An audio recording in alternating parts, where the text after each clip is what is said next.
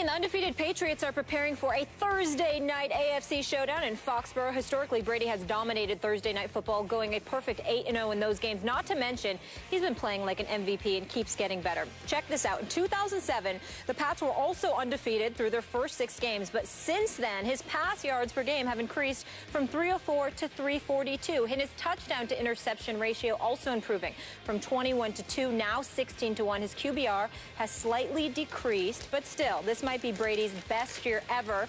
We asked you guys to answer that on Twitter, and here are your results. Over 60% say yes, it is. And for this conversation, we welcome in Darren Woodson. Good to see you, as always. Do you agree with the fans here? Is this Brady's best season ever? Because he's had some pretty good ones. He's had some great ones in 2007. You just talked about it in 07. I don't know if you can get better than 07. Right. You know, you had Randy Moss on the outside, throws for 50 touchdown passes, 4,860 yards. That was the best, in my opinion, in my time of watching football, was the greatest offense I'd ever seen. I mean, coming to town, they were going to put up points, and you know it. Now, you played against Brady. I played in Foxborough. In which year? Had to be 02. Okay, I got it. Had to be 02 in that time. Super Bowl years, those years. Yeah, and they were strong then as well. And that's what you like about Brady. Brady has not changed. And we've always tried to discount what he's done in the past. And it seems like, you know, now I'm looking at this situation this year. I think this is his greatest work. I honestly do, because in 07 he had guys like Randy Moss on the outside, and he had some playmakers that can make plays for him. Right now, Gronk is the only big name on that offense. Yeah. You talk, you know, Julian Edelman, as much as I love him and what he's doing, that's all good. Danny Amendola, these guys, could they play on other? Brandon LaFell, who can't catch the ball half the time on the outside, could they do these certain things on other teams? And I just don't see it. And Brady makes them better. And again, you just go back to 07.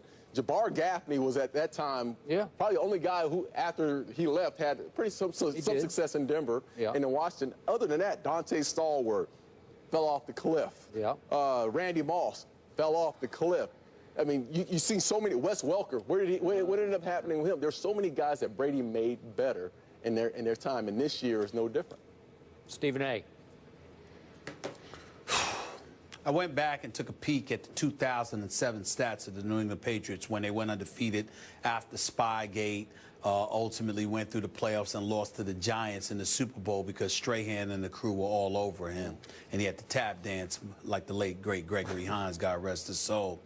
But, you know, before that, looking at his numbers, 50 touchdowns, just 8 interceptions, QBR of 84, 68% completion percentage, nearly 5,000 yards, 48 and change to be exact. Brady's on pace to throw less than the 8 interceptions. I don't know if he's on pace. I don't think he's on pace, rather, to throw 50 touchdowns. No.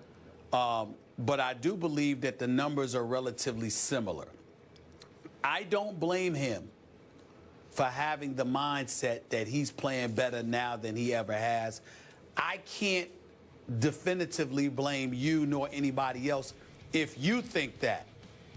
But it was just something special back then about Brady to Randy Moss to Wes Welker. It was something special. I mean, Lawrence Maroney was your quarterback.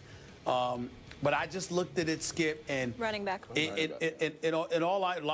a running back. He was a running back for them. In all honesty, guys, and Molly, here's why I think back to 2007. It's one moment that I'll never forget about Brady as long as I live. They had Randy Moss on a fly pattern, if I remember correctly, Darren, and they missed it against the Giants in a final regular season game. They missed it. The very next play, they called the same play. And Baum threw it up there, and Brady connected with Moss for the 50th touchdown. Okay?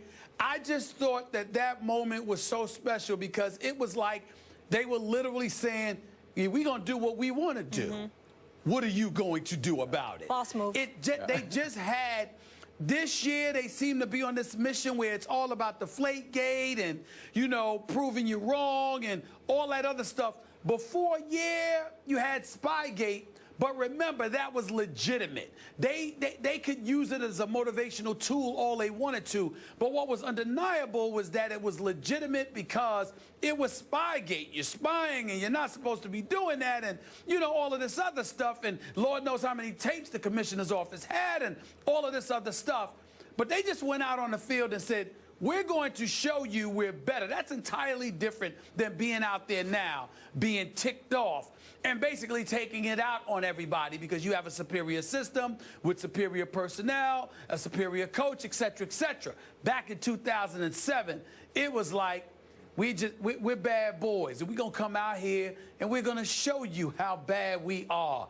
It was a different mystique about them back in 2007. And I loved it more than I love this, although I respect both immensely. Okay, did you love it more in 07 because Brady was throwing to a man who caught 23 touchdowns from him named Randy Moss, who was the greatest deep threat in pro football history? Well, that obviously has something to do with it, Skip, because it's the show. It's the show. Like, for example, when I watch Brady, I marveled at his performance last week, but it was, to me, Skip, you can appreciate this. Darren, you can appreciate this. It was a Kenny Stabler kind of performance to me last week. You know what I mean? Just picking you apart, you know, systematically marching you downfield and just making one throw after another and just demoralizing you. In the case of Randy Moss, he was a show in and of himself. But he's still, as great as he was, he still wasn't Tom Brady. And it was just something special about watching that team that year. It's beautiful now, but it was really special in 2007. It was some special moments up in there, man. It really was. By the way, Kenny Stabler could throw it to the other team on occasion, like a lot of times. But remember, Tom Brady this year has so far 12 touchdowns to one of the worst luck interceptions in the history of interceptions, where it's basically a catch by Edelman that gets bobbled into a pick six. Yeah. Okay, so in 2007 through 6 games, he had 21 touchdowns, so 21-2. Now he's 16-1, which should be 16-0. I believe, going back to this past Super Bowl, Tom Brady has played the greatest quarterback of his career, including the Super Bowl. Is it Deflategate fueled?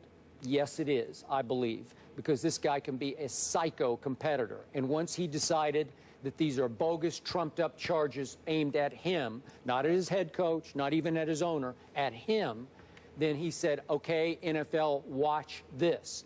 But he's having to do it now. And let's look at degree of difficulty. And I hit Stephen A. with this at the start of the show. I'm not going to read the names again. This is the most no-name, inexperienced offensive line in pro football. Exactly. There's one legit bona fide starter who used to be the right tackle, who had to move to left tackle. The center, the guts of this, the brains and guts, is an undrafted free agent rookie. Okay, think about that. And the other guys haven't started much at all, and it's just mix and match. I don't know how they protect him at all. He's getting rid of the football faster than any other quarterback in the league. And to your point, we all appreciate Gronkowski, but there's no deep threat at all. Right. There's not one guy who can take the top off the defense. Right. There's no stretch player. Well, there's no threat at all. Everything is going to be mostly underneath, right? And there's going to be a lot of run after catch with it. Go ahead, Stephen A. Well, Skip, and this is not so much of debate as it is a question for both you and Darren. Darren, because he's a Super Bowl champion. You, because you've been covering the sport for over 35 years. I will defer to y'all when I ask this question. You just acknowledged that Tom Brady gets rid of the football relatively quickly. And because he's so skilled at doing so, and New England's so skilled at their short precision passing offense, isn't it plausible that when you keep bringing up the offensive line, that, dare I say, it's not that big of a deal because you can't send the house to Tom Brady because you constantly have to look for the little dip and dunk play here or there. Look at what happened with Rob Gronkowski and that touchdown last year when the Patriots gave up the blitz on the left side from the New York Jets. They didn't even block them because Tom Brady knew that that would leave Rob Gronkowski wide open. It was a play that they had manufactured during the game because they saw what the Jets were doing and they had that kind of switch up going on. I'm saying if you can't send the house at him because he's getting rid of the ball so quickly, then why make such a big deal I think about that's the offensive line that he's working with? You know, I think that really speaks to his brilliance. I really do. I mean, exactly what you just said. It speaks to his brilliance because of this. When you have that open field, and they like to throw the ball, they're not going to run the ball consistently. They're going to throw the ball. They run the ball last week 5 times. Yeah, they just gave it up. Yeah. He is finding the mismatch that he wants to find. And he's seeing the entire defense. So when the defense gets lined up, he's finding he knows what defense they're in. And this is what speaks to the brilliance as a quarterback. You have to make a quick second decision. That decision has to come in and out, and the ball has to be out of your hands because you know that your offensive line can't protect. Yeah. So find the mismatch, go at that mismatch. Brady has been perfection. You just look at everyone else around the league. I looked at Matt Castle last week with my Dallas Cowboys. Yeah. There's mismatches, there's one-on-ones, but he can't find a one-on-one, nor can he pull the trigger to make the decision. But Darren, here's what I'm asking you. Because of the brilliance of Tom Brady, his football IQ, isn't it plausible that guys are actually scared to rush after him? Yeah. Because you're constantly watching. Absolutely. Oh, my goodness. So that's what I'm saying. But that's what I'm saying when I talk to Skip about the offensive line and why it's not a big deal. Because you can't come at him the way people would normally come at him because he's so brilliant. You don't know when he's setting you up to come at him, just so he can dip it to somebody else. That's my point. Okay, you're right. But to Darren's point, it's extremely difficult to see the mismatch pre-snap and execute it and make the right choice. Because if you guess wrong, if you read wrong, it's going to be going the other way like Matt Castle was. But not for him, not for somebody that's been around since 2000 and has played at an elite level for the last 10, 12, 14 years. It's not difficult for him. That's the point. You can't sit up there and go like this. Do you see how difficult that is? No, that's not. He knows what he wants to do. They're trying to figure out what Tom Brady is going to do. He is a complete master of his offense in New England. Most quarterbacks are not a master of their offense. So, bottom line, you're saying you are not impressed with Tom Brady, correct? No, I'm not saying that at all. Well, you're discounting what he's pulled off. No, I'm saying to you, you need to stop bringing up the offensive line because it's really irrelevant when it comes to him. He doesn't need an offensive line. He could do this without a line, right? Right. Just, they shouldn't even send a line out there. He should just go out there by himself. You don't really need one. You know?